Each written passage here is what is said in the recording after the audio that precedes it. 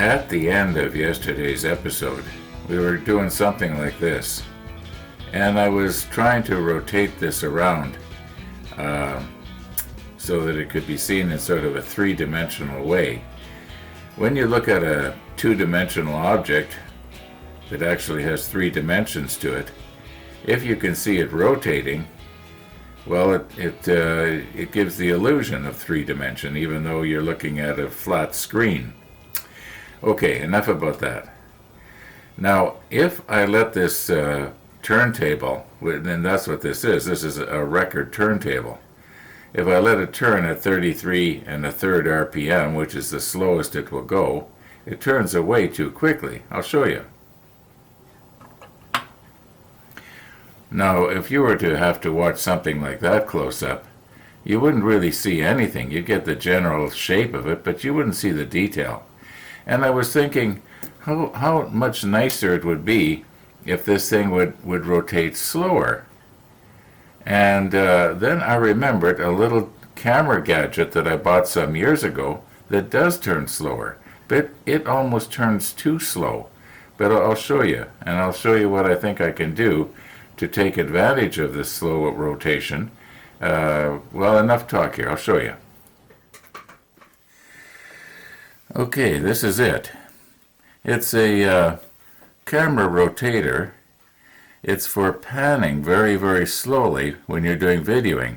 Unfortunately, it's a little bit on the light duty side for my heavy cameras, but it does work.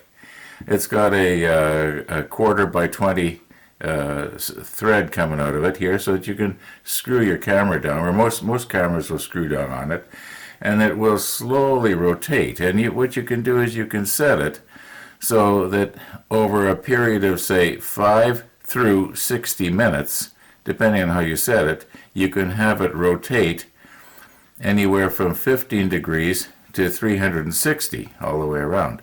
So the fastest it will rotate is if you have it set so that it will rotate 360 degrees in 5 minutes. Now that's pretty slow. In other words, it would take 5 minutes for it to make one complete revolution. However, if you take something like this and set it on here, and if I was to let it rotate at its fastest speed, and then sort of break it up so that it would rotate slowly, and then there'd be a bit of a break in the video, and well, I'll show you what I mean. I have a tendency to ramble on and explain what I'm going to do instead of just doing it. That's one of my faults. Yeah. Okay, we are set now so that it will rotate 360 degrees in 5 minutes. In other words, the fastest it'll go. I'll just readjust the camera here. Okay, what I'm doing here is I'm taking this 360 degrees of rotation and reducing it down to about 45 seconds. And there is constant movement, which, like I said before, will give the illusion of three dimension. Now, I think that in all likelihood this might work out better on something really small, like maybe if I was to sort of zoom in on the director and just have the director rotating in the picture. Yeah, I'll slip on the macro lens and we'll look at the director. Anyway, let me know in the comments what you think of this idea. I think it's a good idea. I think I can probably perfect on it too. Anyway, here we go with the director. I know that I've said this before, and some of you are probably sick of hearing me saying it, but photography is probably more important to me than the actual model making.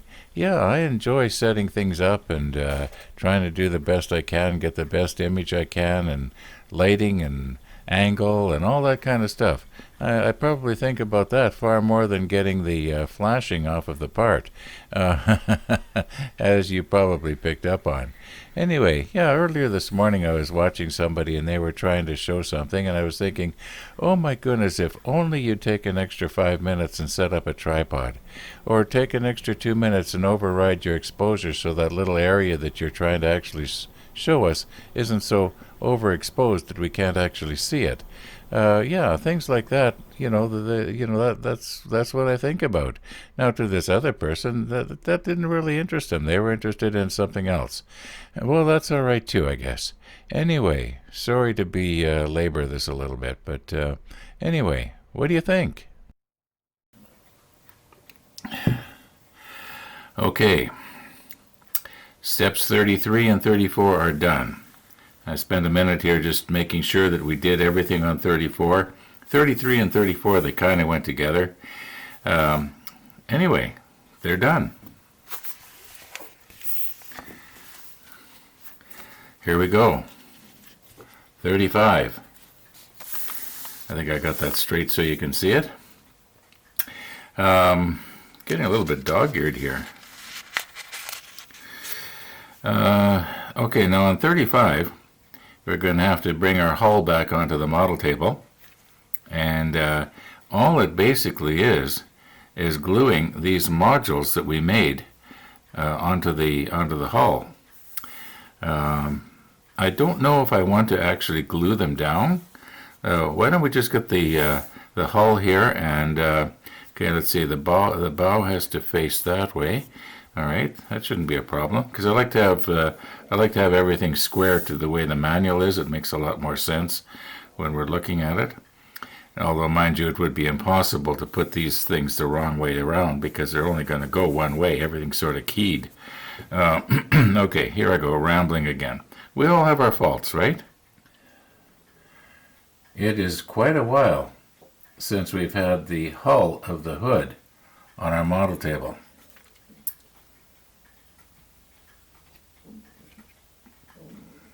Now, these three pieces go on here, which is right here.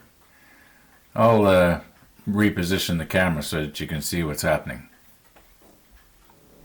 Now, a few minutes ago when I was trying to set up for this scene, I was trying to think, how can I have it so that both the manual and the top of the deck can be seen at the same time? And I was using my other little tripod, and I couldn't get it lined up just right, and I thought, well, I could always use my other little tabletop tripod here, and then the thought occurred to me, well, I don't want to have to be bothered changing tripods. And when I thought that, I almost laughed out loud. You know, here I was complaining about somebody not using a tripod, and then I didn't want to be bothered myself. Anyway, okay, this has to be turned this way. Okay, I think everything else is correct.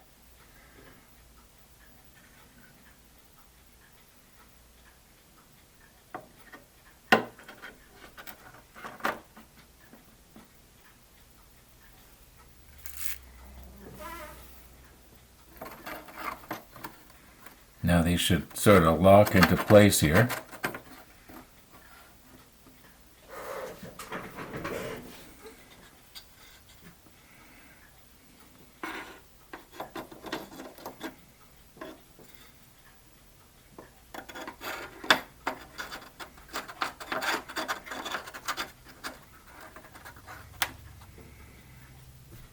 Okay, we'll reposition and see what we got. Okay, a couple of things here, actually three things. First of all, today's video probably is going to be a little shorter. Yesterday's video was 32 or more minutes long. I had no idea that I had the record button pressed so long. I guess all that meticulous painting I was doing and so on, time just got away on me, and I was shocked when I was doing my final edit. Anyway, what I was going to say here is that I think it was about 2 days ago I was looking at Steve in the model shed, and as most of you know, he is also doing this exact same kit, only he is doing the detailing kit. A magnificent job, by the way. Anyway, what he did was I think it was just about at the end of the video, he was showing how that he was going to put hoops over top to protect, so he could put plastic over it to protect it from dust and so on. Now, if you remember, I did actually these same hoops over top of our Bismarck, but my thinking was to protect the fragile pieces. But I think the idea of protecting your hull or your deck and everything from dust is a good idea as well. So I'm going to try and rig something up, but I'm having trouble getting going here and saying what I was going to say. Anyway, so earlier this morning I thought, okay, I'll use these same hoops, and I'm looking on the top of these protector uprights here. You know, what happened to the holes? I know that I drilled holes in those things. Did they heal over? Yeah, because this is the same cradle as we used on the hood. They should still be there to take these hoops. You can tell I'm desperate for things to talk about here because I just don't want to get into anything that I can't finish today. Okay, where was I here? I was going to say three things and I forgot what the third one was. Well, I'll think of it. Anyway, let's reposition the camera here, and we'll take a nice close look at this area and this area. Now, I was just noticing here that there's a bit of a gap between the bottom of this bulkhead and the deck.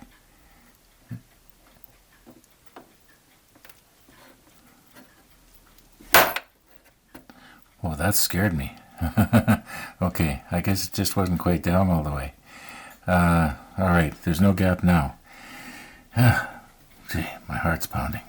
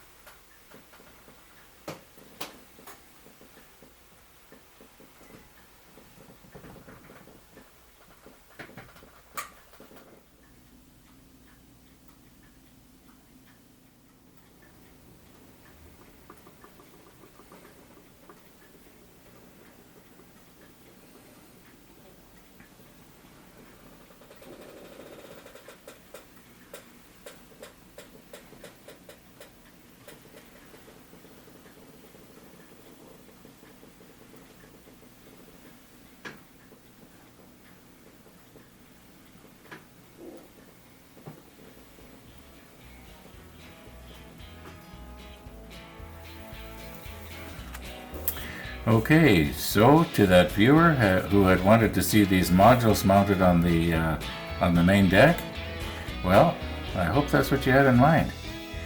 Yeah, now, for step 35, I do believe that's it, except for, gluing them down. I honestly cannot remember what is in step 36, so I'm just wondering, can I get away with leaving these off for a while?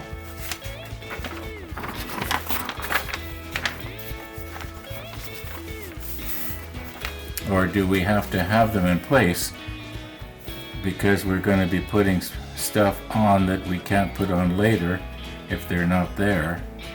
You know what I mean? 36. I don't know. I'm going to just study this, but we'll talk about it again tomorrow. So thanks for watching, and all being well, we'll see you tomorrow.